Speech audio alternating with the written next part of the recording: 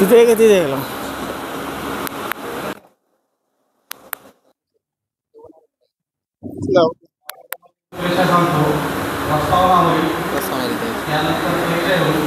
त्यानंतर सांगीतिक होईल, प्रमुख पाहुण्याचे मनोगत होईल, सुभाषित होईल, अमृतवचन वाचन होईल, वैयक्तिक गीत, वक्त्यांचे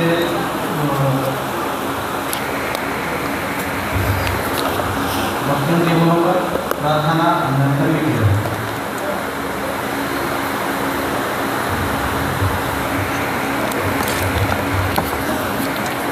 शूट घ्यावं लागत होतं बोलायला. आलेल्या सर्व मान्यवर वादमी बंधू तथा भगिनी यांचे सर्वांचे मी स्वागत करतो व हे वर्ष संघ शताब्दी वर्ष आहे. संघ शताब्दी वर्षाच्या शुभेच्छा. प्रतिवर्षीप्रमाणे आपण याही वर्षी आपल्या तालुक्यात राष्ट्रीय स्वयंसेवक संघाचा विजयादशमी उत्सव साजरा करत आहोत. विजयादशमी उत्सव हा राष्ट्रीय स्वयंसेवक संघाच्या 6 उत्सवापैकी महत्त्वाचा उत्सव आहे. याच दिवशी विजयादशमीच्या दिवशी 27 सप्टेंबर 1925 रोजी डॉक्टर केशव बळीराम पेडदेव यांनी हिंदू समाजाला संघटित करण्यासाठी राष्ट्रीय एकात्मतेसाठी संघरूपी बीज नागपूर येथे रोवले होते. आज आपण पाहतो की या बीजाचे विशाल वटवृक्षात रूपांतर झालेले आहे. देशभरामध्येच नव्हे तर जगभरामध्ये जेथे जेथे हिंदूंचे संघटन आहे तेथे तेथे आपल्या शाखा लागलेल्या आपल्याला राष्ट्रीय संघाचे कार्य व शाखा दोन्ही सुरू आहे. वेगवेगळ्या नावाने संघ तेथे हिंदू संघटन असा आपल्याला दर्शनात दिसतो. आज देशभरामध्ये संघाच्या 85,000पेक्षा जास्त नियमित शाखा लागतात. याच शाखेमध्ये देशभक्तीच्या संस्कार भगव्या ध्वजाच्या खाली दिला जातो. संघ विचाराच्या आधारावरती भारत मातेला सर्वोच्च स्थानी विराजमान करण्यासाठी कार्यरत आहेत सर्व स्वयंसेवक. आपण पाहतोच की कुठल्याही नैसर्गिक आपत्ती असेल त्या ठिकाणी संघाचा स्वयंसेवक उभा राहतो. 1993 मध्ये जो किल्लारीचा भूकंप झाला त्यावेळी जनकल्याण समिती सेवा समितीच्या माध्यमातून सेवा कार्य राबवले गेले. तसेच हरमळे येथील निवासी विद्यालय, लातूर येथील भारतमाता प्रकल्प, यमगरवाडी येथील भाट्यारी लोकांसाठी निवासी विद्यालयाची सोय स्वयंसेवकाच्या माध्यमातून सुरू असलेले आपल्याला दिसून येते. हे वर्ष संघाचे शताब्दी वर्ष आहे. मागील वर्षात अनेक चढउतार आले, परंतु संघाने चरवती या मंत्राचा जाप करत सर्व अडचणींवर मात करत संघ हा आज शताब्दी वर्षाच्या यशस्वीतेने वाटचाल पूर्ण केलेला आहे. संघ शताब्दी वर्ष म्हणून आपण या विजयादशमी पासून विविध कार्यक्रम करणार आहोत आपल्या तालुक्यामध्ये, ज्यामुळे हिंदू समाजाचे जागरण होईल व कार्यक्रम अशा पद्धतीने होते की व्यापक गृहसंपर्क अभियान, हिंदू मेळावे, सामाजिक सद्भाव बैठका, संगोष्ठी कार्यक्रम, आपण असे सर्व प्रकारचे कार्यक्रम आपल्या या शताब्दी वर्षापासून करण्यासाठी सुरुवात करत आहोत. संघ शताब्दी वर्ष म्हणून आपण मंडळापर्यंत पोहोचण्याचा संकल्प केला होता. आपण पाहत असाल आज आपली संख्या जी आहे स्वयंसेवकांची ती मोठ्या प्रमाणावर दिसून येत आहे. कारण आपल्या आज उपस्थित मंडळातून पण भरपूर स्वयंसेवक आलेले आहेत. हे आपले या संकल्पाचे यश आहे. आपण या वर्षामध्ये 2 शाखा, 5 साप्ताहिक, 4 मासिक मिलन, 2 उपखंड संगीत अशा पद्धतीचा हे संपर्क केले. वास्तविक शेवटी मी आपल्या सर्वांचे आभार मानतो. येथे जमलेले सर्व स्वयंसेवक, सर्व नागरिक, मान्यवर तथा पोलीस प्रशासन, आपले इथं इकोपाटाने सहकार्य केले उपस्थिती लावून, तसेच या कार्यालयाचे प्रमुख यांचे देखील आणि वेगवेगळ्या श्रेणीमधून आलेले जसे वकील, डॉक्टर, पत्रकार या सर्वांचे देखील मी आभार व्यक्त करतो.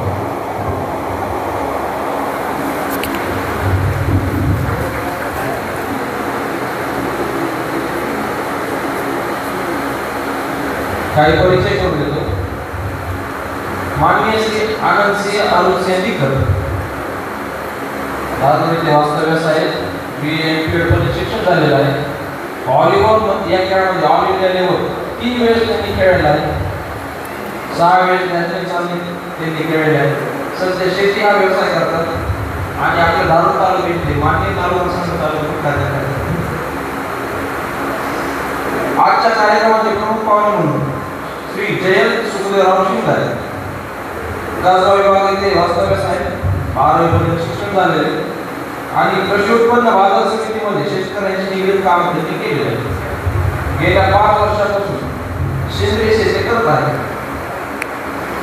आणि महाराष्ट्र शासनाच्या कृषी विभागाच्या अंतर्गत प्रगतशील व सेंद्रिय शेतकरी म्हणून त्यांना गौरवण्यात आलेला आहे. आजच्या कार्यक्रमाचे वक्ते श्री राकेशजी अनंतराव मोरे अंबाजोगाई येथे वास्तव्यास आहेत. अंबाजोगाई येथे स्वयंसेवक झाले. पोखरी तालुका अंबाजोगाई येथे शिक्षक म्हणून कार्यरत आहेत. संघ कक्षात 30 वर्ष शिक्षित आहेत. आतापर्यंत त्यांनी शाखा कार्यवाह, मंडल प्रमुख, तालुका कार्यवाह, जिल्हा कार्यवाह, प्रांत महाविद्यालय प्रमुख असे दायित्व निभावलेले आहेत.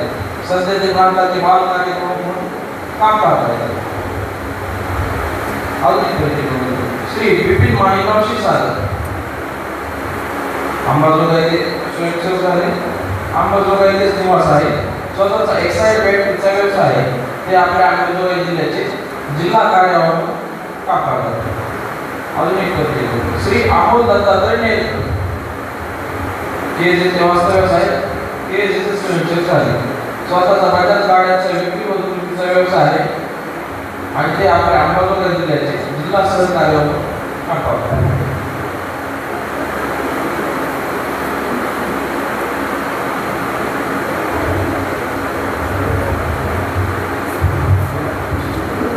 यानंतर सामूहिक पद्य होईल आणि सर्वांपाशी ते पद्य पोहोचलेलेच आहे.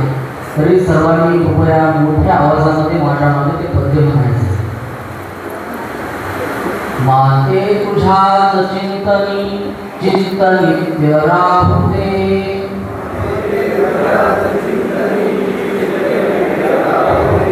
माते तुझ्याच चिंतनी चिंतनित्य राहू दे.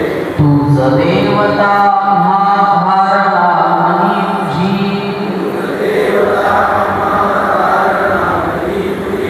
ध्येय मंदिरात या मूर्ती दिव्य ही तुझी. रूप हेच लोचनी असेच नित्य राहू दे.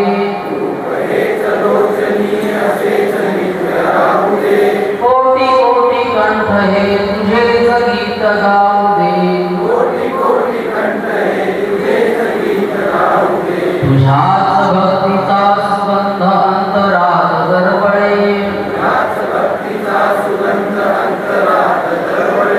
कीर्ती दुर्गुभी जगी निनाद ते तुझ्या बळे. अजय शक्ती दे आम्हा ध्येय धुंद होऊ दे. कोटी कोटी कंठ हे तुझेच गीत गाऊ दे. ब्रह्मतेज जागवी दश दिशा प्रकाशु दे. अंधकार वेधुनी ज्ञान सूर्य पाहू दे. मोहतीर छेदुनी कर्मयोग उजळू दे. तू आम्हा अमरता कोणी मृत्यूची नसे तमा. नष्ट देह हो जरी फिरुनी उदरी जन्म दे. कोटी कोटी कंठ हे तुझेच गीत गाऊ दे. माते तुझ्याच चिंतनी चित्तनित्य राहू दे. वायर कोटी कंठ हे तुझेच गीत गाऊ दे.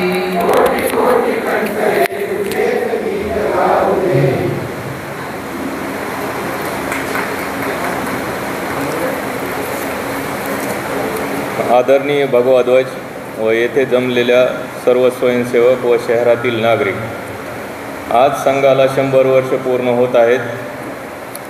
आगामी शताब्दी वर्षासाठी मी राष्ट्रीय स्वयंसेवक संघास शुभेच्छा देतो. मी थोडे अभ्यासले. नंतर समजले की संघाचे पंचपरिवर्तनमध्ये माझ्या निगडीत विषय हा शेती आहे. यामध्ये विषमुक्त शेती या विषयावर माझे काम आहे. मी जयंत सुखदेव शिंगारे एक सामान्य असा शेतकरी असून माझे कार्य फार काही असे मोठे नाही. फक्त माझी भावना आहे की या देशातील सर्व नागरिकांना विषमुक्त धान्य, भाजीपाला, फळे आपल्या आहारात असावी. या व्यतिरिक्त असे मोठे कार्य नाही. राष्ट्रीय स्वयंसेवक संघाचे कार्य उज्ज्वल राष्ट्र निर्माण करण्याचे आहे. या कार्यात आपल्यासोबत सर्व घटकांचा समावेश आहे. त्यामुळेच मला माझ्या शेती कार्याला पाहून या कार्यक्रमास आमंत्रित केले आहे. शेतकऱ्यांना समृद्ध न करता हा देश समृद्ध होऊ शकत नाही. याकरता माझ्यासह आपल्या सर्वांना शेतकऱ्यांसाठी भरीव असे काम करणे आवश्यक आहे. धन्यवाद.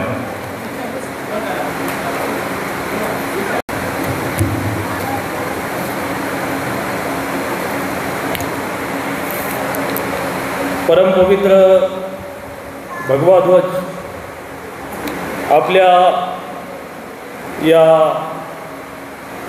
धारूर तालुक्याचे माननीय संघचालकजी आपल्या या विजयादशमीच्या उत्सवासाठी प्रमुख अतिथी म्हणून उपस्थित असलेले जयंतजी या उत्सवासाठी म्हणून आज सकाळपासूनच आपण सगळे तयारीत असणारे नागरिक बंधू, मातृशक्ती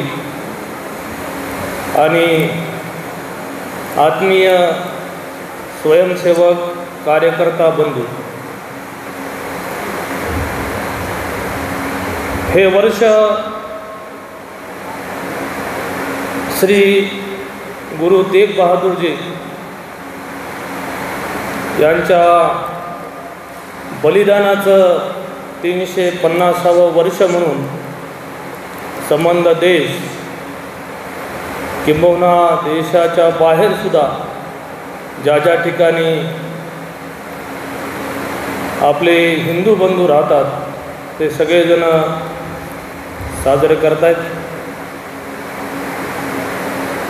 तेग बहादूरजींचं बलिदान, त्यांचं त्यावेळेचं हिंदुत्व आणि 350 वर्ष झाले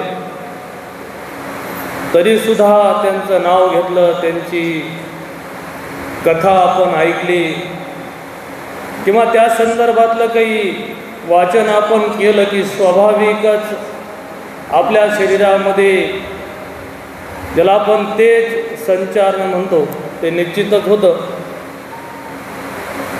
अशी एक ऐतिहासिक परंपरा असणारे गुरु तेग बहादूरजी आणि ज्या नगरीमध्ये हा उत्सव इथं आपण संपन्न करत आहोत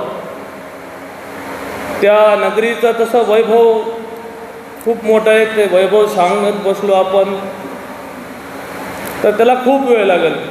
पण त्यातल्या त्यात इथं असणारा किल्ला असेल आणि मराठवाडा मुक्तीसंग्रामामध्ये ज्यांचं बलिदान, त्यांची आठवण आपण दरवर्षीच काढतो. असे काशीनाथजी चिंचाळकर त्यांचंही या उत्सवाच्या निमित्तानं आपल्याला स्मरण करणं हे तितकंच महत्त्वाचं आहे. राष्ट्रीय स्वयंसेवक संघाला 100 वर्ष पूर्ण झाली. एखादी संघटना ही 100 वर्षाचा जो काही सगळा प्रवास म्हणतो आपण, तो प्रवास पूर्ण करते आणि सहज हा जो काही सगळा प्रवास आहे तो आहे का, तर तसं नाही आहे. आता संचलनामध्ये आपण सगळेजण चालून आलो. संचलन ज्या ज्या घराच्या समोरून गेलं, रस्त्यांवर काढलेल्या रांगोळ्या असतील, माता भगिनी सकाळपासूनच सडा टाकत असतील, रांगोळ्या काढत असतील आणि आपली वाट बघत असतील. आपण स्वाभाविकच रस्त्याने चालत असताना आपल्यावर पडणारी फुलं आहेत. मग ही पहिल्या दिवसापासून आत्तापर्यंत फुलंच पडत होती का आपल्या अंगावर सगळ्यांच्या, किंवा आज आपण फुलं पडली आपल्या अंगावर म्हणून आपण आनंदित होऊन आज जायचं असंही का? तर असं पण नाही. तर आजच्या या दिवसाच्या निमित्ताने त्याचं स्मरण करणं आणि फुलं आपल्या अंगावर पडतायत म्हणून आनंदित होऊन घरामध्ये जाऊन झोपणं असं पण नाही. फुलं जी पडतायत ते आपण केलेला सगळा प्रवास आहे आणि इथून पुढं जो काही सगळा आपल्याला प्रवास करायचा आहे त्याच्यासाठी आपण सज्ज व्हायचं आहे, त्याच्यासाठी आपण तयार होतो आहे, आपण तयार व्हायचं आहे. या अपेक्षेने आणि या विश्वासाने हा सगळा स्वागत सोहळा हा संचलनाच्या निमित्तानं आपण झालेला आहे असं आपण समजून घ्यावं. हा उत्सव विजयादशमीचा उत्सव म्हणलं तर आपल्याला असं वाटू शकतं की विजयादशमी तर 2 तारखेलाच होऊन गेली आणि 12 तारखेला परत काय विजयादशमीचं. तर मी सांगताना जसं आपल्याला सांगितलं की 100 वर्षाचा प्रवास आहे आणि संबंध देशभरामध्ये काही उत्सव अगोदर झाले आणि काही उत्सव हे नंतर होत आहेत, संघाचे उत्सव. त्या रचनेमध्ये आपण आज इथं एकत्र आलो. फार विजयादशमीचं उत्सवाचं महात्म्य, त्याची काही माहिती मी आपल्यासमोर ठेवणार आहे असं नाही, पण आपल्याला सगळ्यांना जे माहीत आहे त्याची फक्त उजळणी काही करतो की विजयादशमीचा उत्सव हा प्रभू रामचंद्र ज्यांनी लंकेवर सगळा विजय मिळवला, अयोध्येमध्ये आले आणि स्वागताचा जो काही सगळा सोहळा आपण साजरा करतो, त्यासोबतच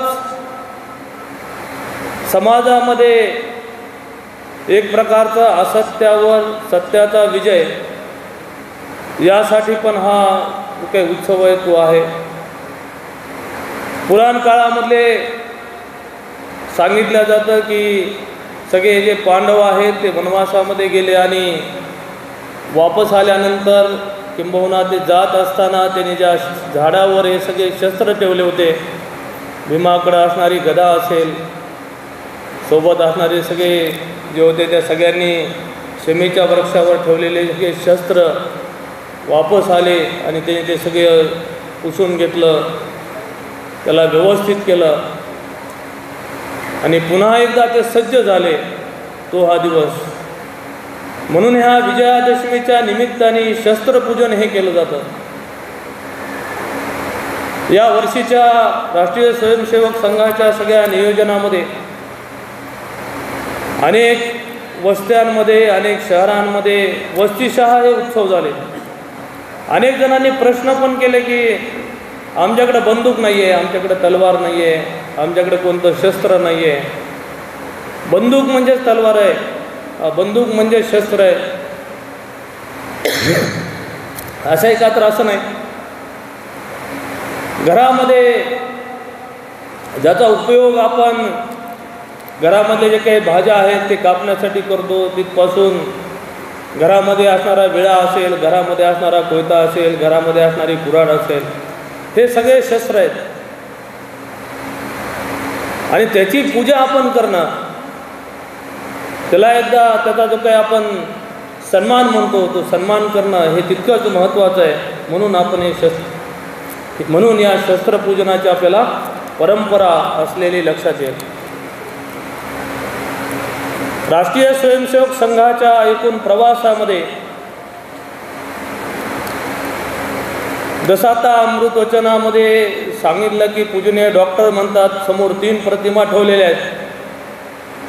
स्वयंसेवक कार्यकर्त्यांना 3 प्रतिमा कोणाच्या आहेत त्यांचं नाव पण आपल्याला माहिती आहे, पण नागरिक माता बंधू आलेले आहेत. पलकडच्या बाजूला जे फोटो आहे ते डॉक्टर केशव बैरामपंत हेडगेवार ज्यांनी संघाची स्थापना 1925 साली केली. मध्ये असणारा जो फोटो आहे तो छत्रपती शिवाजी महाराजांचा आहे, ज्यांनी हिंदवी स्वराज्याची स्थापना करण्याची जी काही प्रतिज्ञा घेतली, किंबहुना जन्मापासूनच त्यांच्या एकूण सगळ्या कार्याची आपण महती ऐकतोच. आणि आपल्याला सतत प्रेरणा देणारे असे छत्रपती शिवाजी महाराज आणि दुसरे पूजनीय सरसंघचालक माधव सदाशिवराव गोळवलकर यांची प्रतिमा आहे. म्हणजे डॉक्टर केशव बैरामपंत हेडगेवार यांनी 1925 साली संघाची स्थापना केली. का केली असेल?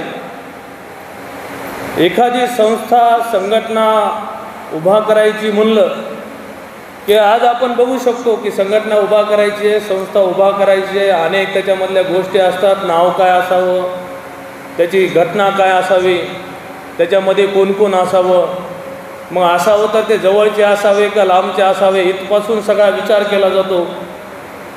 भविष्यामध्ये त्या संस्थेमध्ये संघटनेमध्ये असणारी मंडळी आपल्याला त्रासदायक तर होणार नाहीत ना, इथपर्यंत सगळा विचार करून संस्था संघटना ही स्थापन केली जाते. आज मग राष्ट्रीय स्वयंसेवक संघाची स्थापना 1925 साली केली आणि नागपूरमध्ये असणाऱ्या पडक्या वाड्यामध्ये 15 ते 20 बाल स्वयंसेवकांना घेऊन केली.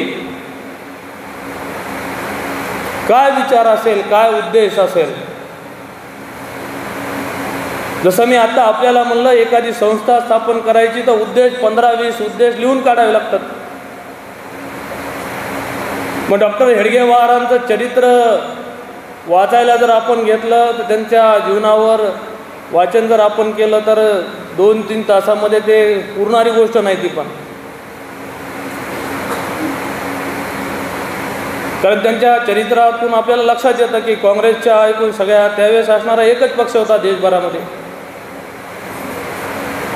म्हणजे काँग्रेसच्या सगळ्या आंदोलनांमध्ये कामांमध्ये ते होतेच. पण हे सगळं करत असताना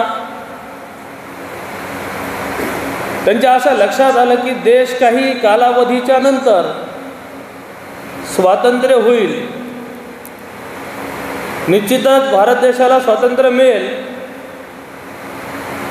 पण ते टिकेल का, किती वर्ष टिकेल हे सांगता येणं शक्य नाही. याचं कारण काय?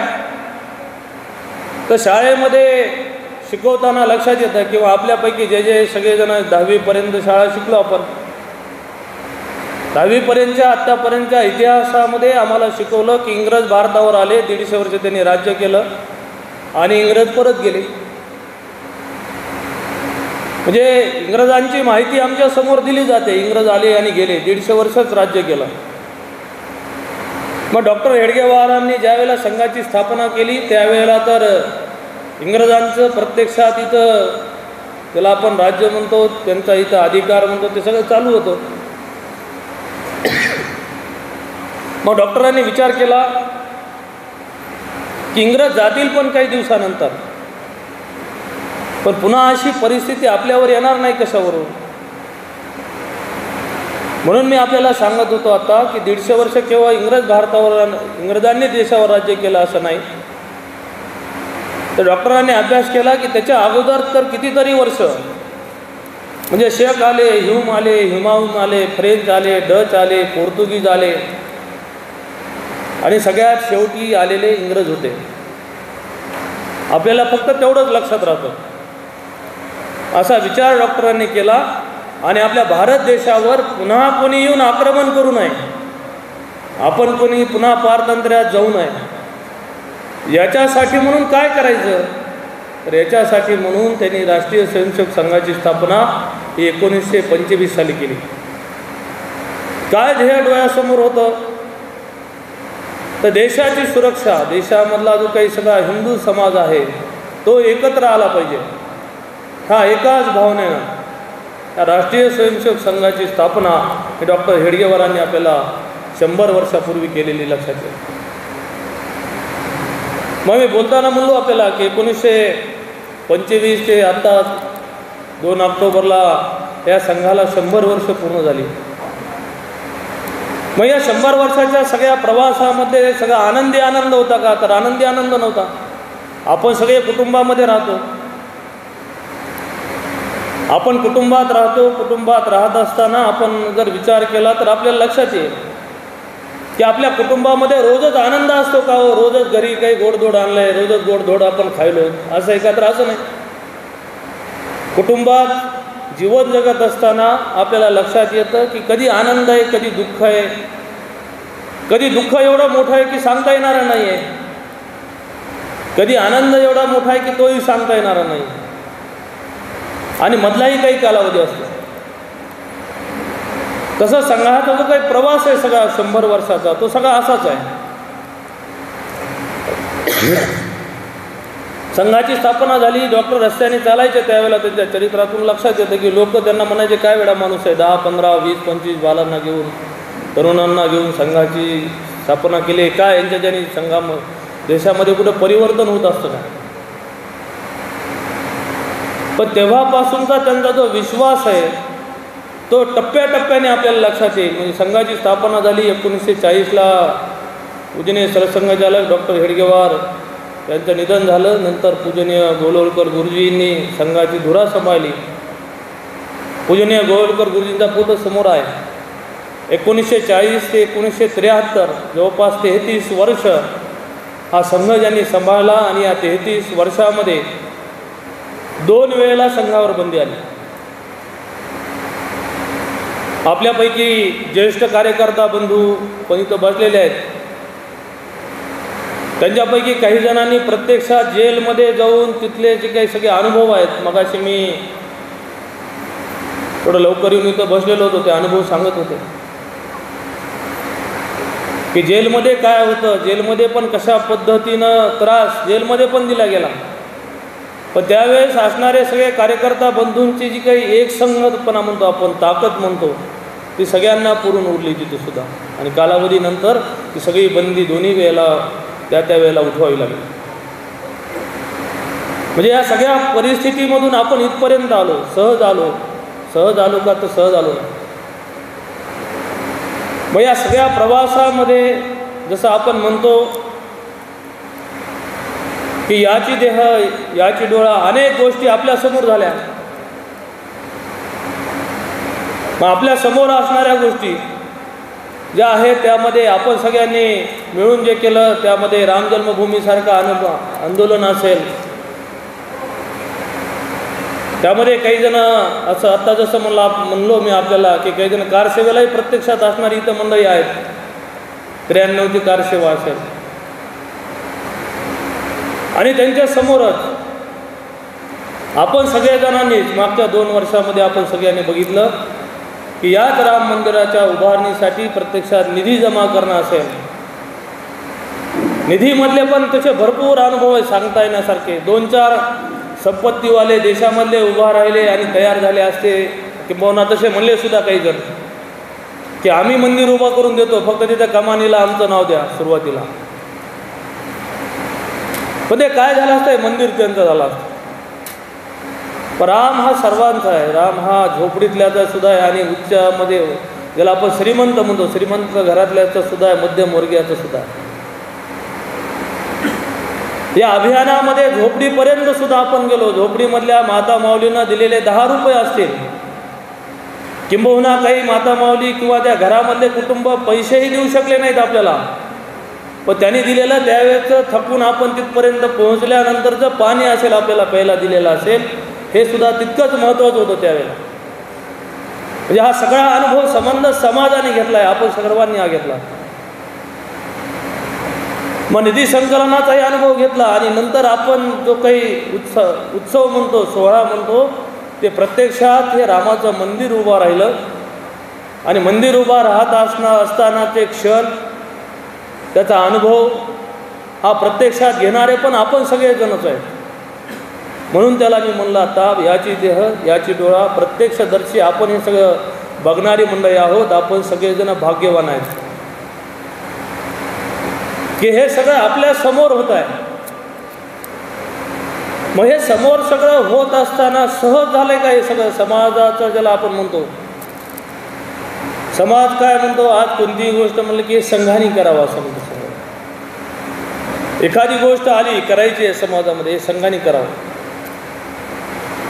का संघाने करावं? तर संघावर तो विश्वास आहे. तो आजचा विश्वास आहे का? तर आजचा नाही, मागच्या 100 वर्षाचा विश्वास.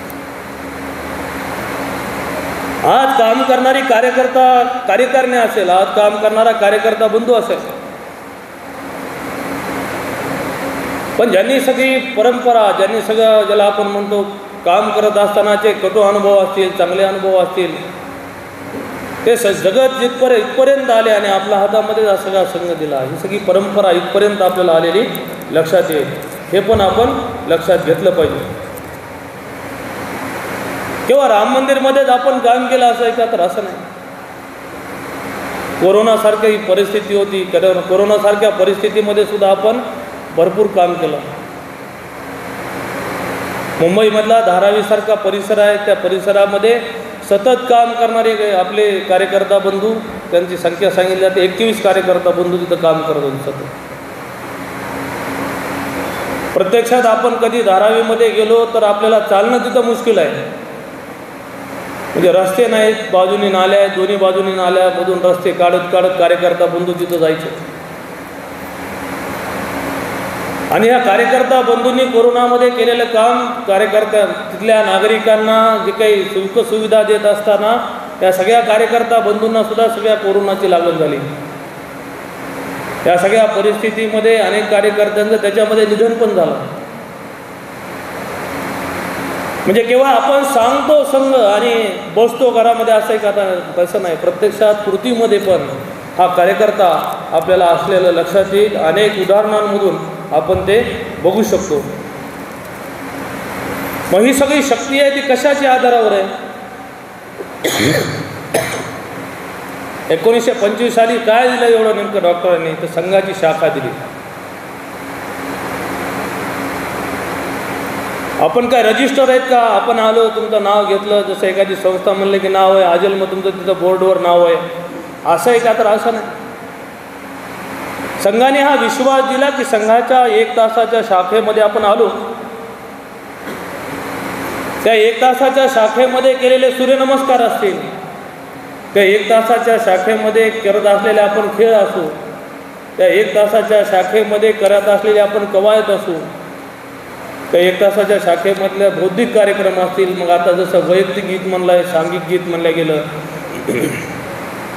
असे सगळे हे जे काही 1 तासाचे कार्यक्रम आहेत ते नित्यसिद्ध शक्ती आपण ज्याला म्हणतो. या नित्यसिद्ध शक्तीच्या आधारावरच हा सगळं परिवर्तन होत होत गेलेलं आपल्याला लक्षात येईल. आणि ते आत्तापर्यंत आपल्याला इथपर्यंत आले लक्षात येईल. मग हे सगळं काम करत असताना जसं मी आपल्याला सांगितलं, कोरोनामध्ये आपणच काम केलं, संघानेच काम केलं असं आहे का? तर असं पण नाही. समाजामध्ये काम करणारे अनेक नित्यसिद्ध शक्ती आहेत, रोज ते काम करतात. जसं आपण धारूरमध्ये पण बघतो, इथं पण काम करणारी बरीच मंडळी आहे. मग इथं वस्त्यांमध्ये राहत असणारी मंडळी आहे, त्या मंडळींना आधार कार्ड नसेल, त्या मंडळींना मतदानाचं कार्ड नसेल, त्या मंडळींना काही जातीचा दाखला नसेल. प्रत्यक्षात संघ काही त्या तहसील समोर जाऊन आंदोलन करून त्यांचे प्रश्न मिटवतात का? तर असं नाही. तर योग्य माणसांपर्यंत तो निरोप पोहोचून योग्य माणसाला त्या विषयाशी जोडून ते काम पूर्ण केलं जातं. हे जसं काम आहे कार्यकर्त्यांच्या माध्यमातून परिसरामध्ये असणाऱ्या समस्या सोडवण्याचा प्रयत्न आहे, तसं धारूर शहरामध्ये असणाऱ्या पर्यावरणाच्या विषयामध्ये अनेक जण काम करतात. इथं अनेक NGO पण काम करतात. म्हणजे सगळं देशामधलं असणारं परिवर्तन, संघाचं असं म्हणणं आहे का की देशामध्ये असणारं सगळं परिवर्तन हे फक्त संघच आणू शकतो असं का? तर असं पण नाही. तर समाजामध्ये असणारी, दिसणारी, काम करणारी ही जी काही सगळी सज्जन शक्ती आहे, या सगळ्या सज्जन शक्तीच्या आधारावर आपल्याला पुढं जावं लागेल. आणि ती सगळी सज्जन शक्ती आपल्याला काम करताना प्रत्यक्षात दिसून पण येते, आपल्या अवतीभोवती पण ती असते.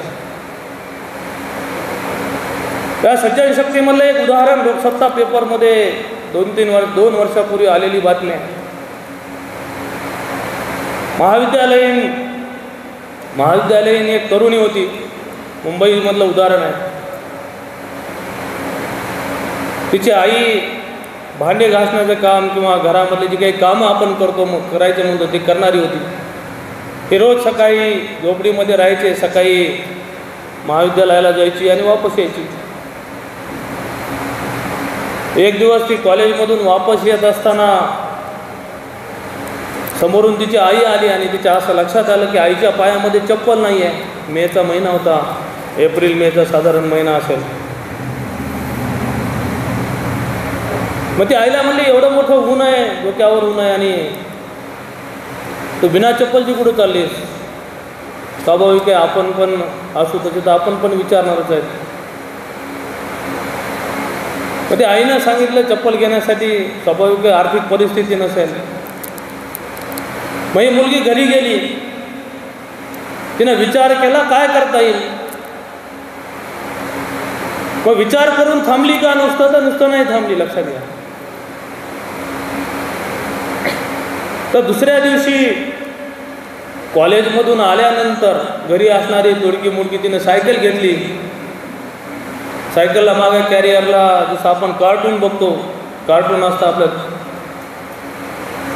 त्याच्यामध्ये काही ना काही आपण ठेवत असतो वस्तू, तसं कार्टून तिनं सायकलला पाठीमागे कॅरियरला बांधलं आणि त्या मुंबईमध्ये असणाऱ्या उंच उंच इमारती आहेत, त्या इमारतीमधल्या प्रत्येक घरासमोर ती गेली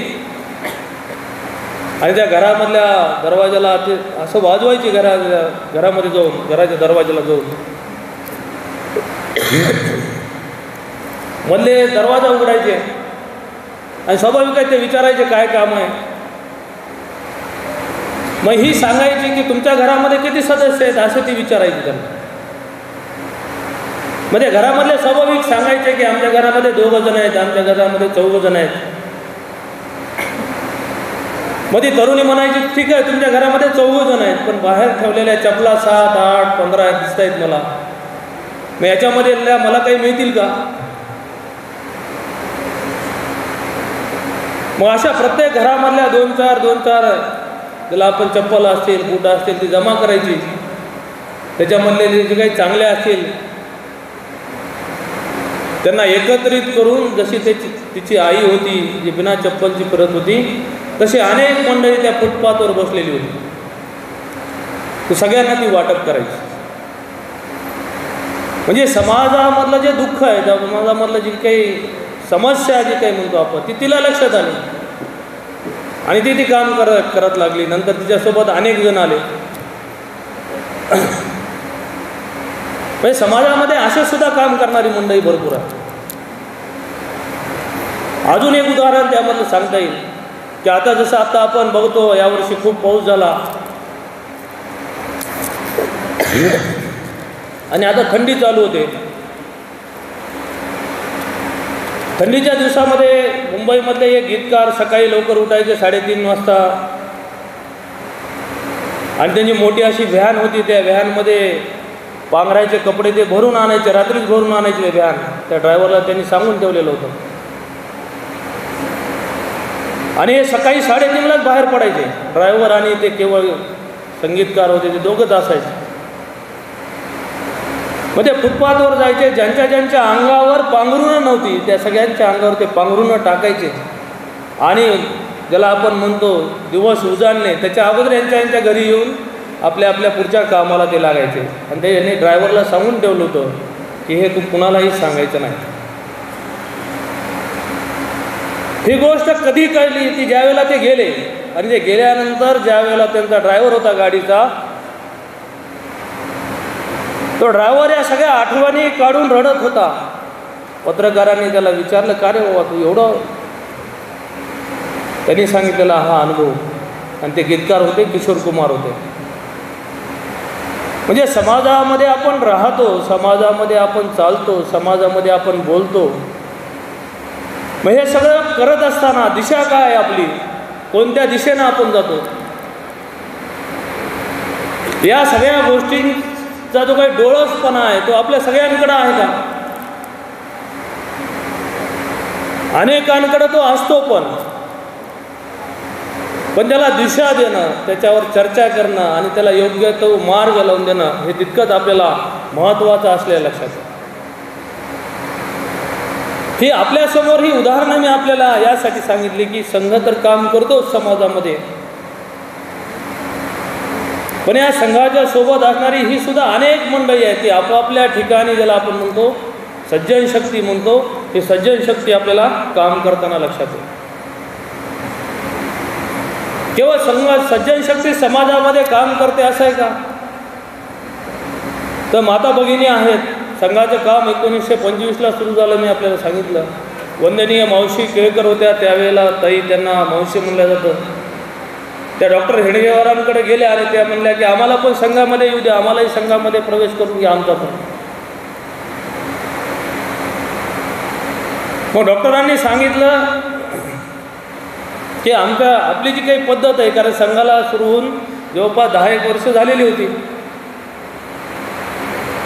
त्यामध्ये संघामध्ये तर काही सोबत नाहीत. कारण संघ कार्यकर्ता बाहेर काम करतो म्हणजे की ते स्वाभाविकच घरी त्यांची पत्नी असेल, त्यांची आई असेल, त्यांची बहीण असेल, हे घर सांभाळतेच आहे. ती सुद्धा स्वाभाविक संघाचंच काम करते, घर सांभाळते म्हणजे. पण त्यांनी सांगितलं तुम्ही स्वतंत्र संघटना उभा करा, त्यामध्ये राष्ट्रसेविका समिती म्हणून महिलांचंही आपल्याला देशभरामध्ये काम असलेलं लक्षात आहे. जसे संघाचे आपण प्रचारक पाहतो, प्रचारक मंडळी आहे, तशी महिलांमध्ये सुद्धा समितीची सुद्धा प्रचारक मंडळी, महिला शक्ती ज्यांना आपण म्हणतो, राष्ट्रसेविका समितीच्या कार्यकर्त्या, या पण आपल्याला काम करताना दिसून येते. जसं संघाचं लक्षणीय काम आहे प्रास्ताविकामध्ये आलं, हे केवळ भारतामध्येच संघाचं काम आहे असं आहे का? तर संघाचं काम केवळ भारतामध्येच आहे असं नाही, तर विदेशामध्ये किंबहुना विश्वामध्ये आपण म्हणतो 27 देशामध्ये हिंदू संघ या नावाने बाहेरच्या देशामध्ये संघ काम करतो. आणि हे सगळं काम करत असताना देशभरामध्ये, मगाशी जसं सांगितलं राम मंदिराचा उल्लेख झाला, 7.5 लाख गावांपर्यंत आपण पोहोचलो त्यावेळेला. म्हणजे सगळं काम करताना केवळ कार्यकर्ताच काम करतो का? तर असंही नाही, महिला शक्तींचं सुद्धा तेवढंच योगदान हे आपल्या सगळ्या कामामध्ये आपल्याला असलेलं लक्षात येतं. संघाचं काम करताना मी बोलत होतो, मगाशी आपल्याला सांगितलं की संघाच्या शाखेच्या माध्यमातून समाजाचं परिवर्तन, शाखेच्या माध्यमातून देशाचं परिवर्तन, या दिशेनं हा संघ आपल्याला चाललेला लक्षात येईल. त्यामधले काही उदाहरणं आपल्यासमोर सांगितले, त्यामधलं उदाहरण अजून एक सांगता येईल ते म्हणजे काश्मीरचं 370 कलम आहे. म्हणजे देशाला स्वातंत्र्य होऊन 87-88 वर्ष झाले आणि आपल्याच देशाचा काही भाग हा वेगळा राहतो किंवा आपल्या देशाचा काही भागाला नंतर, ज्याला आपण म्हणतो खऱ्या अर्थाने स्वातंत्र्य करून घ्यावं लागतं, असे सगळे विषय हे आपल्यासमोर आत्ता मागच्या सगळ्या 15-20 वर्षामध्ये आपल्याला झालेले लक्षात येते. पूजनीय सरसंघचालकांच्या एकूण सगळ्या कार्यपद्धतीमध्ये किंवा आपल्यापैकी काही जणांनी विजयादशमीचं जर बौद्धिक आपण ऐकलं असेल किंवा त्याच्याही अगोदरपासून मागच्या 2-3 वर्षापासून मग चर्चा सुरू झाली की संघाला आता 100 वर्ष पूर्ण होत आहेत, काय संघ काय करणार आहे. आपण बघतो घरामध्ये वाढदिवस असला की किती मोठ्या उत्साहाने आनंदाने सगळे 8 दिवस अगोदर तयारीला लागतात आणि वेगवेगळ्या गोष्टी आपण घरांमध्ये करतो. मग संघाला तर 100 वर्ष पूर्ण झाले, मग मोठ्या मोठ्या कमानी लावल्या पाहिजेत, मोठा मोठा सोहळा हा साजरा केला पाहिजे, असंही का? तर असं नाही. पूजनीय सरसंघचालकांनी या निमित्ताने 5 बिंदू आपल्यासमोर ठेवले. ते 5 बिंदू मी आपल्यासमोर ठेवून मी थांबणार आहे. त्यामधला पहिला जो आहे तो म्हणजे स्वबोध आहे. आपण नागरिक म्हणून, आपण माता भगिनी म्हणून, आपण कार्यकर्ता म्हणून स्वचा बोध मला झालाय का? स्वतःला स्वचा बोध म्हणजे नेमकं काय? तर स्वची जाणीव आहे. स्वची जाणीव म्हणजे नेमकं काय? तर ज्या कुटुंबामध्ये राहतो आपण, ज्या कुटुंबामधचं जे आचरण आहे, जे असं कुटुंबामध्ये आचरण करत असताना आपली जी संस्कृती आहे, आपली जी परंपरा आहे, त्या संस्कृतीनुसार, त्या परंपरेनुसार आपण वागतो का? त्या परंपरेनुसार आपण राहतो का? त्याची पुन्हा एकदा उजळणी करणं, त्याचा पुन्हा एकदा आपण विचार करणं. म्हणजे जसं आत्ता उदाहरणाने सांगितलं, वाढदिवस म्हणलं की आपण 8 दिवस तयारीला लागतो. मग त्या वाढदिवसामध्ये असणाऱ्या ज्या काही गोष्टी आहेत त्या सगळ्या असल्याच पाहिजेत का? 40 वर्षापूर्वी आपला वाढदिवस झाला असेल, अशाच पद्धतीनं झालाय का? 30 वर्षापूर्वी झाला असेल, असाच झालाय का? मग आज आपण काम करत असताना, आज आपण एखादा वाढदिवस साजरा करत असताना कोणकोणत्या पाश्चात्य पद्धतीचं आपण अनुकरण करतोय? पाश्चात्य पद्धतीचं आपण अनुकरण करतोय म्हणजे आपण स्वचा बोध हळूहळू विसरत चाललोय.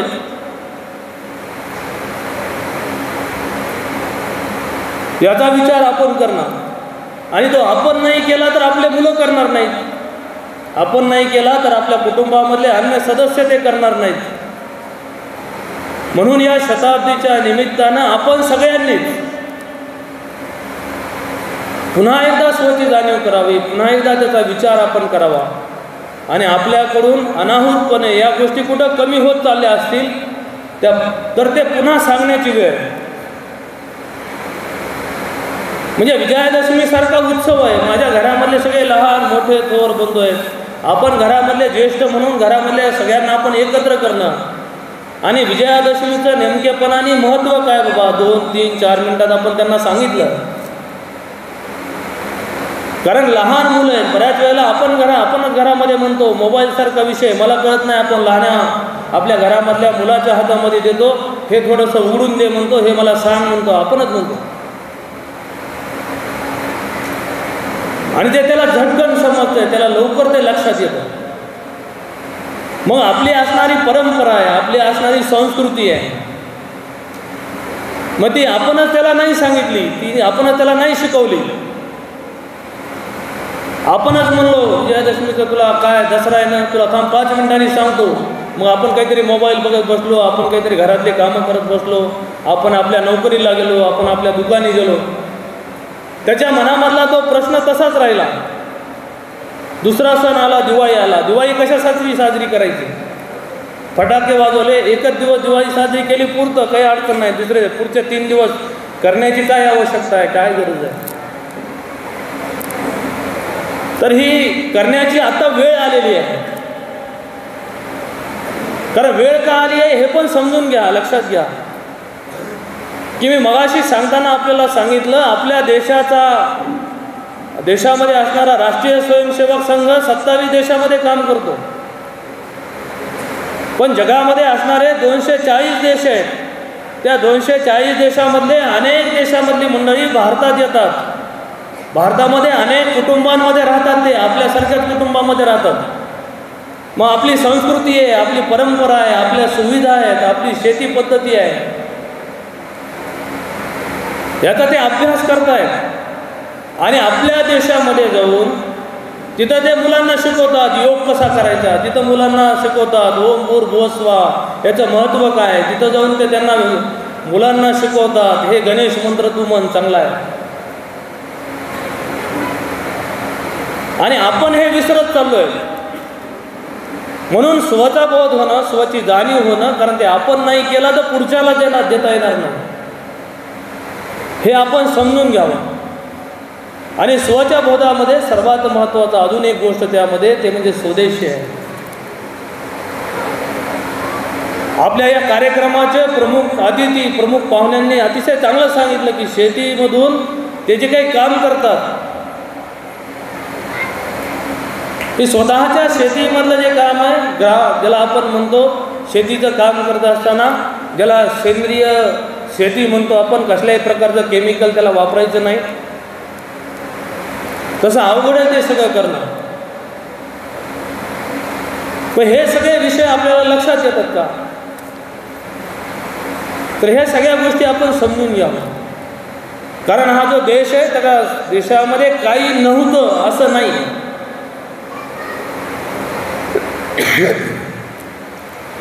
कारण 20-25 वर्षापूर्वीचाच आपण सगळ्यांनी विचार केला. नागरिक बंधू आहेत, कार्यकर्ता बंधू आहेत, माता भगिनी आहेत. तर कारळ आपल्या घरामध्ये होतं, सूर्यफूल आपल्या घरामध्ये होतं, सगळंच आपल्या घरामध्ये होतं. चटणी द्या म्हणलं तर सगळ्या प्रकारच्या चटण्या घरामध्ये असायच्या. आज विकत आणतो तेच आपण घरामध्ये खातो.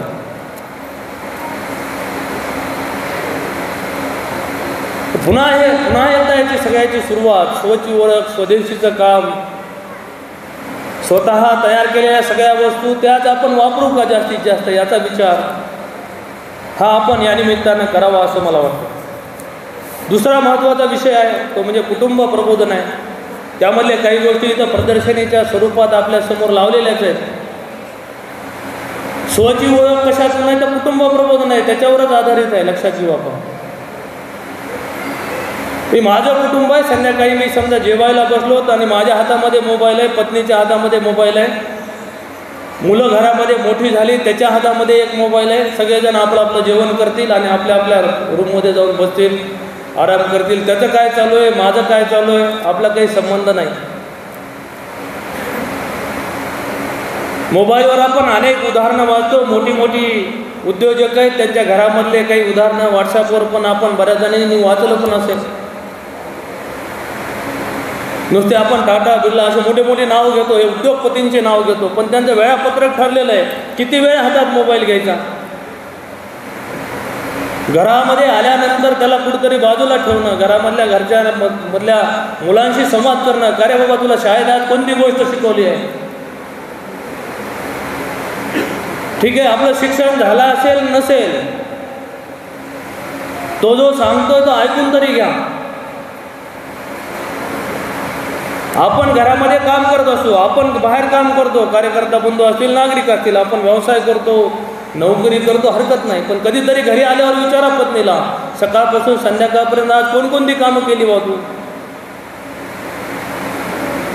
हे सगळी कामं करत असताना काही अडचणी आल्या का तुला? कधीतरी हे आपण आत्मीयतेने विचारणं, ह्याला कुटुंब प्रबोधन आहे. नाही तर परिस्थिती काय भयानक परिस्थिती, कधीतरी टी व्हीवर येतं, मग चित्र येतं टी व्हीवर, अमुक्याची पोरगी अमुक्याच्या सोबत पळून गेली. अनेक उदाहरणं अशी आहेत प्रांतामध्ये फिरत असताना लक्षात येतं. किंवा आपण पण टी व्हीवर आता बघतो, काही फार वेळ नाही आता, मोबाईल कुठं घटना झाली की सगळीकडे येऊन जाते. मग ही परिस्थिती उभारवू नये म्हणून हे कुटुंब प्रबोधनाची गरज आहे. लक्षात घ्या. हे उदाहरणं याच्यासाठी सांगतोय आपल्याला की कधीतरी आपण वाचायचो 5 वर्षापूर्वी, आम्ही पण वाचायचो 5 वर्षापूर्वी, की कुठं झाली घटना, नंदुरबारला झाली, कुठं घटना झाली अमरावतीला झाली, कुठं घटना झाली नागपूरमध्ये झाली. आज आम्ही काय ऐकतो? आज आम्ही ऐकतो अंबाजोगाईमध्ये या वस्तीमध्ये हे झालंय, त्या वस्तीत ते झालंय. म्हणजे या सगळ्या घटना लक्षात घ्या, आपल्यापर्यंत आल्यात, आपल्या दारापर्यंत आल्यात. आपल्या घरामध्ये प्रवेश करायला फार नाही वेळ लागणार. आणि हे सगळे परिणाम कशाचे आहेत? तर आपल्या घरामधला जो सुसंवाद आहे, चांगला संवाद आहे, घरामध्ये चर्चा आहे, ती नेमकं कोणत्या विषयांवर आपण चर्चा करतो? म्हणजे टी व्हीवर चाललेली एखादी चुकीची गोष्ट आहे, त्याच गोष्टीवरला आपण पुढं रेस ओढतो. मग घरामधले मोठे सदस्य असतील ते त्यालाच पुढं रेस ओढतात. मग आपण लहान घरामधले असतील मुलं, ते त्यालाच पुढं बाहेर गेले की त्यालाच पुढं रेस ओढतात. मी समाजामधला ज्याला आपण म्हणतो दिशा, ती दिशा आपण कुठं घेऊन चाललो, तर याचाही विचार कुटुंब प्रबोधनामध्ये आपण नक्की करावा असं वाटतं. आणि घरामध्ये किमान एक वेळेला तरी आपण संध्याकाळी एकत्र येऊन एकत्र जेवण आपण केलं पाहिजे. ठीक आहे, दिवसभराची आपल्या पाठीमागं धावपळ आहे. घरामध्ये कोणतंही करा, आपण ज्या ज्या धर्मांमधून आहोत त्या धर्मामध्ये असणारं जे जे भजन म्हणून आपण करू शकतो घरामध्ये, एक 2-5 मिनटं आपण काढून ते भजन आपण घरामध्ये सगळ्यांसोबत म्हणलं पाहिजे. आणि आपण कधीतरी भ्रमणालाही गेलं पाहिजे. भजन भ्रमण ज्याला आपण म्हणतो, भजन भ्रमण आणि भवन म्हणतो, भ्रमणालाही आपण कधीतरी गेलं पाहिजे. बाहेर पण आपण कधी गेलं पाहिजे. म्हणजे आपण काय असतो, आपल्याच वस्तीपुरते आपल्या घरापुरते मर्यादित असतो. म्हणजे 10 वर्षापूर्वी धारूरमध्ये येणार आम्ही, त्यावेळेला काय होतं, 30-20 जणांचं संचलन निघायचं. खूप झाले प्रयत्न आम्ही करायचो. त्यावेळेचे तालुका कार्यवाह आहे तिथं, त्यावेळेचे प्रयत्न आम्ही करायचो. 40-50 पर्यंत आम्ही जायचो पुस्तक. 50 फार मोठी गोष्ट, 10-12 वर्षापूर्वीची गोष्ट. पण आज काय, आज त्याच्यामधलं परिवर्तन आहे. आज कार्यकर्ते का, इथं असणारा कार्यकर्ता कधी अंबाजोगाईला गेला, कधी संभाजीनगरला गेला, कधी दुसऱ्या तालुक्यात गेला, तिथून काही शिकून आला. म्हणजे कार्यकर्त्यांनी पण काय केलं, भ्रमण केलं, तिथं जाऊन शिकून इथं आपण आलो. तसे आपण नागरिक बनतो, एक माता बनतो, माता भगिनी आहे. आपण आपापल्या रचनेमध्ये असतो, आपापल्या घरामध्ये असतो, कुटुंबामध्ये असतो. आपण कधीतरी चांगल्या गोष्टी आपण बाहेर जाऊन पण बघितल्या पाहिजे आणि ते आपल्या घरामध्ये कशा चांगल्या करता येतील याचाही प्रयत्न आपण करावा. आणि कुटुंब प्रबोधनामधला तिसरा मुद्दा आहे तो म्हणजे भवन आहे. माझं घर कसं आहे, भजन भ्रमण आणि भवन हे सांगितलं जातं. कुणी नातेवाईक आले, कुणी बाहेरचे आले, कुणी मित्र आले, कुणी मैत्रिणी आल्या, घरामध्ये आल्यानंतर आनंद वाटतो का त्यांना? घरामध्ये आलोय, समोरच काहीतरी शुभ लाभ लावलं, जे काही आपल्या परंपरा आहे घरामधल्या ते लावले समोर चित्र. आपण घरामध्ये कुणी आले बाहेरचे की चांगल्या गोष्टी, आपण सकारात्मक आपण गोष्टी सगळ्या बोलतोय. हे आपण जर करत नसू तर त्या दिशेनं आपण जाणं तितकंच महत्त्वाचं आहे. कारण आज संस्कारांची गरज हे आपल्याला असलेली कुटुंबामध्ये लक्षात येईल. हा दुसरा मुद्दा आहे. तिसरा मुद्दा सांगता येईल नागरी कर्तव्य. म्हणजे निवडणुका असल्या की, निवडणुका आहेत म्हणलं की बरेच जण ट्रिप तयार करतात. सहलीला जायचे मला 4 दिवस. आता हे 4 दिवस काही सांगू नका, मी थोडं सहलीला जाऊन. म्हणजे ज्या ज्या पद्धतीच्या निवडणुका आहेत देशभरामध्ये असणाऱ्या, ज्या ज्या निवडणुका आहेत, लोकसभा असतील, लोकसभा आहेत, विधानसभा आहेत, नगरपालिका ज्या ज्या कमी असतील, ग्रामपंचायत असतील. मग मी भारताचा नागरिक म्हणून, जर भारताने मला नागरिकत्व दिलेलं आहे, मी स्वतःला भारताचा नागरिक समजतो, मग मतदान करणं हे सुद्धा माझा अधिकार आहे. त्याचं मी पालन करतो का, हे नागरी कर्तव्याचा भाग आहे. रस्त्यावरून मी चाललो आणि दोघंजण समजा गाडीवरून पडले तर त्याला उचलावं का ना उचलू नये, हे घरी जाऊन आपण विचारून येऊन करतो का? तसं नाही. त्याला उचलणं हे नागरी कर्तव्याचा भाग आहे आपला. ते आपण करतो का? नाही, ते आपलं काम नाही, दुसरे दोघंजण उचलतील. हे जसं आहे तसं थोडं मोठ्या शहरांमध्ये आपण गेल्यावर लक्षात येतं आपल्याला, आपल्या गाडीवर ट्रिपल सीट आपण बसलो, मग नियम सांगतो 2 जण गेले पाहिजेत गाडीवर, मग तिसरा बसलाय तरी आपण चाललोय, हे योग्य आहे का? हे नागरी कर्तव्याचा भाग आहे. शासनाने सांगितलं हेल्मेट घातलं पाहिजे, आपल्या सुरक्षेसाठी सांगितलंय. शासनाची सुरक्षा नाही आहे त्याच्यात. ते हेल्मेट आपण घातलं नाही, निघालो आपण, दुर्दैवाने आपला अपघात झाला, आपल्या डोक्याला पायाला दुखापत झाली, तर शासनाचा कोणताच पाय मोडणार नाही किंवा कोणतं शासन दवाखान्यात ॲडमिट झाले आणि त्याला 4 सलाईन दिलेत असं पण नाही होणार. पण या सगळ्या गोष्टींचं आपण पालन करतो का, हेही आपण लक्षात घ्यावं. देशामध्ये असणारे राष्ट्रीय सण आहेत, 15 ऑगस्ट आहे, 26 जानेवारी आहे. ज्या ज्या वेळेला आपल्या परिसरामध्ये भागामध्ये आपण ध्वज फडकवतो त्या वेळेला आपण त्याचा सन्मान ठेवतो का? म्हणजे शाळेच्या समोरून मी चाललो आहे आणि शाळेमध्ये राष्ट्रगीत चालू आहे, माझा त्याचा काही संबंध नाही हो, ते शाळेतल्या मुलांसाठी असतं, माझा त्याचा काय संबंध आहे राष्ट्रगीताचा? ही भावना आहे का आपली? तर निश्चितच अशी भावना नाही आहे आपली. आपण उभा राहतो, पण हे कुठं जर कमी झालं असेल, हे कुठं कमी होत असेल तर पुन्हा एकदा आपण त्याचा विचार करणं हे तितकंच महत्त्वाचं असलेलं आपल्याला लक्षात येईल. कारण लक्षात घ्या, आपल्यासोबत जर मुलगा असेल आणि मध्ये राष्ट्रगीत चालू आहे, भले त्याचं समजा 11वीला गेला आहे, तो 12वीला गेला आहे, तो शाळेत नाही आता, आणि तो सोबत आहे, आपल्या शाळेच्या समोर आपण उभा आहेत, राष्ट्रगीत सुरू आहे, आपण स्वतः उभा राहिलो तर आणि तो नाही उभा राहिला तर त्याला आपल्याला सांगावं लागेल, बाबा राष्ट्रगीत चालू आहे, देशाचं राष्ट्रगीत आहे, तो सन्मान आहे. मग त्याला ते आपण सांगितलं तर तो पुढच्या पिढीला सांगेल. त्याचाही विचार आपण केला पाहिजे. केवळ राष्ट्रगीतच म्हणून नाही तर जेवढे जेवढे म्हणून राष्ट्रीय प्रतीक आहेत सगळे, या सगळ्या गोष्टींचा सन्मान करणं हे सुद्धा आपले कर्तव्य आहे. म्हणून नागरी कर्तव्य हा तिसरा मुद्दा आपल्याला घेतलेला लक्षात येईल. चौथा मुद्दा आहे तो म्हणजे समरसता आहे. आपल्या सगळ्यांच्या घरामध्ये समरसता आहे, त्या समरसतेनं आपण वागतो. फार अडचण शहरांमध्ये येत नाही. म्हणजे एक छोटं उदाहरण त्या बाबतीमधलं सांगतो. मी ज्या गावामध्ये 2016मध्ये नोकरीसाठी आलो त्या गावामधलं उदाहरण सांगतो. आपण सगळेजण आहेत, समोर आहेत. आपण बघतो ग्रामीण भागामध्ये आपण गेलो की माईकवर चालू असतंय ते काय हो, गावचा सप्ताह काय सांगितलं जातं भाषणामध्ये, हा सप्ताह हा गावचा सांगितलं जातं. आणि ज्या दिवशी शेवटची पंगत आहे ते माईकवर सांगत असतो तो मोठ्या मोठ्याने. ते ज्या ठिकाणी मी शाळेत तिथंही तो सांगत होता 2016-17मध्ये की गावची पंगत आहे, गावामधल्या सर्वांनी पंक्तीला येऊन बसावं, अशा सूचना तो मोठ्या मोठ्याने देतो माईकून देणार.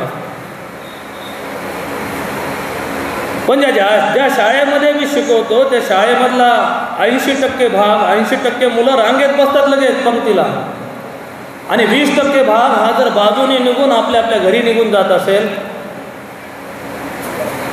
मग पंगत गावची आहे का? हा विचार करण्याची गरज आज पण आहे. 88 वर्ष झाले देशाला स्वातंत्र्य होऊन, याचा विचार आपण सगळ्यांनीच केला पाहिजे. म्हणजे एका बाजूला आपण सांगतो हा सगळा सप्ताह गावचा आहे, सगळ्या गावाने इथं येऊन पंक्तीला बसावं. मग मी ज्या शाळेचं उदाहरण जिथं मी आहे तिथलं आपल्याला सांगत होतो. दुसऱ्या दिवशी मी मुलांना विचारलं, का रे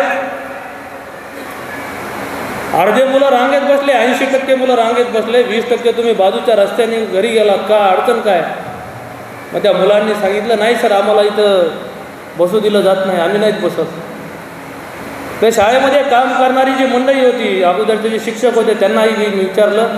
ते म्हणले, सर तुम्ही याच्यामध्ये पडू नका. मग याच्यावर आम्ही पुढं काय केलं 3, 4, 5 वर्ष तेही आपल्याला सांगतो की आम्ही प्रयत्नपूर्वक गावातून काही सूचना आली, स्वाभाविक आहे, गावामध्ये बोलवलं जातं, या सर गावामध्ये वास्तुशांती आहे, घरी जेवायला या. मग आम्ही त्यांना प्रयत्नपूर्वक म्हणतो, केवळ शिक्षकांना बोलू नका, सगळ्या मुलांना असेल तर आम्ही तुमच्या घरी जेवायला येऊ. मग ते सांगतात सगळ्यांनाच आहे. मग आम्ही पुन्हा त्यांना विचारतो, आमची सगळी मुलं जेवायला येतील, कुणीही शाळेत थांबणार नाही, तुम्हाला चालतंय का? पण सुरुवातीला नाही होत झालं, पण आता हळूहळू ते रुजायला लागलं.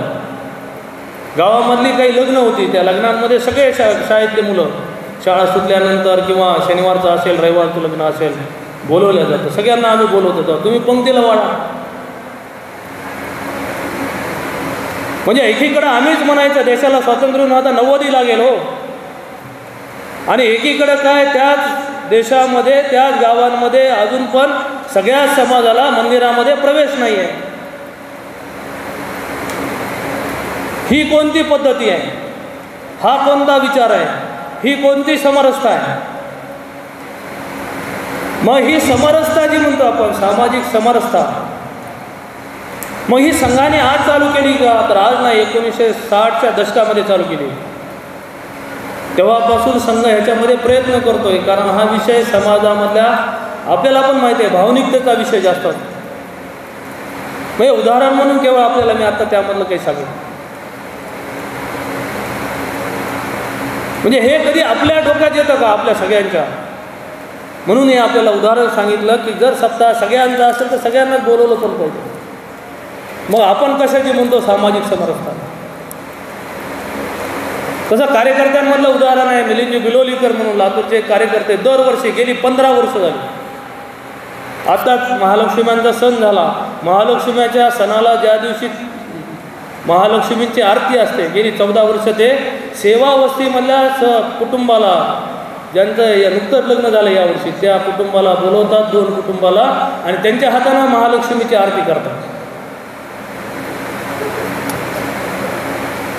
प्रयत्नपूर्वक केवळ हे सांगण्यासाठी नाही, उदाहरण एकच नाही, असे असंख्य उदाहरण आहेत कार्यकर्त्यांची सुद्धा. मग गणपती असेल, लक्ष्मी असतील, दिवाळी असतील, पण कार्यकर्त्यांच्या सोबतच असणारी नागरिक बंधू असतील, माता भगिनी असतील, आपण पण हा विचार करतो. आपण शहरांमध्ये परत एकदा सांगतो, आपल्याला फार वेळ लागत नाही, शहरामध्ये लक्षात पण येत नाही फार, पण ही परिस्थिती अजून पण आहे. याचा प्रयत्न आपण सगळ्यांनीच, एक गाव, एक पानवटा, एक स्मशानभूमी ज्याला आपण म्हणतो, तो आपण सगळ्यांनी करण्याचा प्रयत्न हा आहे. कारण समाजामध्ये फूट बांधणारी शक्ती खूप मोठी आहे. लक्षात घ्या, मागच्या 2 वर्षाचा जर आपण सगळ्यांनी अभ्यास केला तर तेही लक्षात येईल आपल्याला की समाजामध्ये ही जात ते जात याच्यामध्ये भांडणं लावणारे भरपूर लोक आहेत. पण आपण काय म्हणून घ्यायचं, आपण चांगलं म्हणून घेतलं पाहिजे आणि आपण चांगलं म्हणून पुढं जायचं. 2 वर्षामध्ये झालेली समाजामधली परिस्थिती, समाजामधली अस्थिरता, हे सुद्धा संघ कार्यकर्त्यांच्या लक्षात आलं. त्यामध्ये सुद्धा सामाजिक सद्भाव म्हणून जो आपलं काम करतो, मागच्या वर्षी त्या सामाजिक सद्भावाच्या माध्यमातून धारूर असेल, केज असेल, अंबाजोगाई असेल, या ठिकाणची असणारी संत मंडळी, अनेक संत त्यामध्ये सुद्धा एकत्रित आले आणि समाजामध्ये अशी फूट पाडणारी जी मंडळी आहे त्यांना उत्तर म्हणून या सगळ्या आपल्या संत मंडळी बंधूंनी यामध्ये खूप प्रयत्न आपण केलेले लक्षात येईल. पण हे समरस्त्याचं काम आहे ते परत एकदा आपल्याला सांगतो की खूप मोठ्या प्रमाणात आपल्या सगळ्यांनीच या सगळ्या विषयामध्ये विचार करण्याची तितकंच गरज असलेली आपल्याला सांगता येते. आणि शेवटचा यामधला 5वा मुद्दा आहे तो म्हणजे पर्यावरण आहे. कोरोनामध्ये आपल्याला विकत ऑक्सिजन घेऊन आपल्याला लावावं लागला. खऱ्या अर्थाने ऑक्सिजनची काय गरज आहे, ऑक्सिजन कशासाठी लागतो, त्याचं किती महत्त्व आहे हे आपण आत्ताच अनुभवून त्याच्या पुढं आपण आत्ता आलो आहे. पण हे टिकणार आहे कशावर, तर हे पर्यावरणावर आहे. म्हणजे आपण आज खात असलेले आंबे कुणीतरी 15 वर्षापूर्वी झाड लावलेलं आहे, कुणीतरी 20 वर्षापूर्वी लावलेलं आहे. आज 40मध्ये असणारे, 50मध्ये असणारे त्यांनी स्वाभाविक लावलेलं असेल, त्यांना आता मिळत असतील आंबे खायला. पण केवळ आंब्याचं झाड आहे असं आहे का, तर असं नाही. तर जे आज आपण पर्यावरण रक्षणामध्ये आपण सांगतो, आज झाडं ज्याला आपण म्हणतो खूप मोठ्या प्रमाणात आज लावली पाहिजे. कारण सुरुवातीचे जे मी आपल्याला उदाहरणं सांगितले, कुटुंब प्रबोधन असेल, त्यामधलं स्वचा बोध असेल, या सगळ्यांना जर पुढं न्यायचं आहे आपल्याला, या सगळ्यांचा जर विचार खऱ्या अर्थाने आपल्याला करायचा आहे तर पर्यावरणावर सुद्धा हे सगळं आधारित आहे. कारण भविष्यामध्ये जर पर्यावरणच सुरक्षित राहिलं नाही तर आपण कोणीच सुरक्षित राहू शकणार नाहीत. कारण आपल्या शरीराला लागणारा ऑक्सिजन हा जर राहिला नाही तर आपणच राहू शकणार नाही. केवळ झाडं लावले म्हणजे पर्यावरण झालं असं आहे का, तर असं नाही. झाडं लावणं आहे, त्याला जगवणं आहे, त्याला मोठं करणं आहे. पण आज काय झालंय, ते लावलं तर मला काय मिळणार आहेत का फळ त्याचं, याचा विचार आपण करतो. पण हा विचार कुठेतरी बाजूला करून येणाऱ्या भविष्यासाठी आपण हे करू शकू का? पर्यावरण रक्षणाची जबाबदारी ही आपली पण तितकीच आहे, एवढं आपण लक्षात घेतलं पाहिजे. नाही तर मगाशी मी सांगताना सांगितलं, धारूरमध्ये काम करणारी मंडळी असेल, पर्यावरण रक्षण असेल, प्लास्टिक मुक्तीसारखा विषय असेल, स्वच्छतेसारखा विषय असेल तर त्यांनीच करावं असं आपल्याला जर वाटत असेल, तसं नाही. आपण सगळ्यांनीच याच्यामध्ये त्याला आपण म्हणतो प्रयत्न केले पाहिजेत. असे हे पंचपरिवर्तनाचे 5 बिंदू घेऊन राष्ट्रीय स्वयंसेवक संघ हा यावर्षी वर्षभरामध्ये अनेक कार्यक्रम आपण करणार आहेत. त्याची सुरुवात ही या विजयादशमीच्या उत्सवापासून आपल्याला झालेली लक्षात येते. आता पुढच्या टप्प्यामध्ये धारूर तालुका म्हणून धारूर तालुक्यामध्ये असणाऱ्या वस्त्या असतील, मंडल असेल, उपखंड रचना असेल, शहरामधल्या अनेक वस्त्यांमधून आपण आलेली मंडळी असू. पुढच्या टप्प्यामध्ये जेवढे आपल्या तालुक्यामध्ये असणारे हिंदू घरं आहेत त्या हिंदू घरांपर्यंत आपल्याला संघाचं पत्रक, संघाचा विचार, संघाची पुस्तिका हे सगळं घेऊन जायचं आहे. त्याच्यानंतरच्या टप्प्यामध्ये जसं आपण इथं एकत्र आलो तसं वस्तीशहा आपल्याला, जसं आपण राम जन्मभूमीच्या अक्षदा वाटपामध्ये सगळा समाज आपण एकत्र केला, तसं महिला नारी शक्तीच्या आधारावर, नागरिकांच्या आधारावर, कार्यकर्त्यांच्या आधारावर वस्तीशहा आपल्याला हिंदू संमेलनं करायचे आहेत. जसं आपण इथं नागरिक सज्जन शक्ती समाजामध्ये बंधू आपण आलेलो आहोत, तसं समाजामध्ये अजून पण बरीच मंडळी आहे आज येऊ शकली नसतील. अशा सगळ्या बंधूंना पण एकत्र करून त्यांच्यासमोर संघाची मान्य, त्यांच्यासमोर आपल्याला हे सांगणं आणि त्यांना काय वाटतं, त्यांनी ते करत असलेली चांगली कामं हे पण आपल्या सगळ्यांना ऐकून घ्यायचे. असं हे सगळं वर्षभर काम आपलं सगळं चालू राहणार आहे. आपण सगळ्यांनी या सगळ्या कामामध्ये निश्चितच सहभागी व्हावं एवढं मी सांगून यावेळेला इथं थांबतो.